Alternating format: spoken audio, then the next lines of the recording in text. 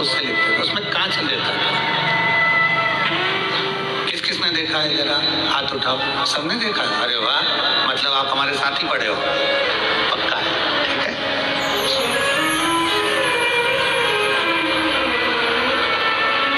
अब आप हमारे साथ पढ़े हो तो हमारे तो बेस्ट फ्रेंड हो गए हो।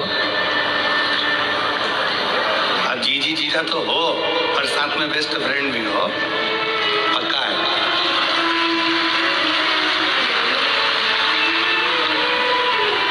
उस पेन में स्याही भरना पड़ती थी। ढक्कन खोलो, उसको थोड़ा सा पेन का जिप खोल के उसमें स्याही भरो।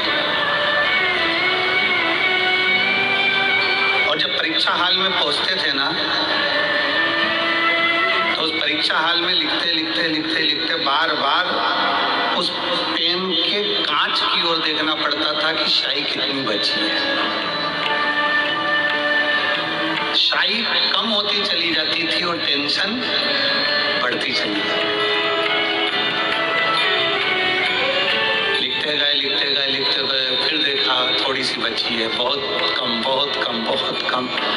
आखिरी में 4 पेज, एक पेज पूरा लिखने के लिए रह जाता था और थोड़ी सी स्याही बचती थी। तो सोचते थे कौन सा क्वेश्चन का आप देख रहे हैं शिव नाम की मीरा, जिसमें नंबर ज्यादा आ जाए, क्योंकि स्याही कम है।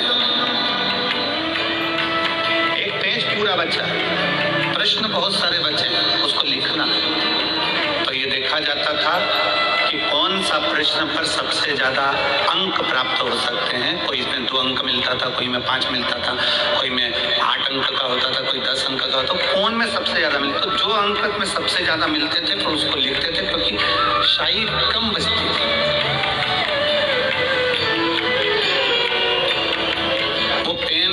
बना था जिसको हम देखकर समझ जाते थे कि स्याही कम हो गई है, संभल जाओ। पर जीवन एक ऐसा पेन है जिसकी स्याही कब खत्म हो रही है किसी को नहीं मालूम पड़ता, कब आखिरी में वो कलम समाप्त हो गई, कब इसकी स्याही खत्म हो गई।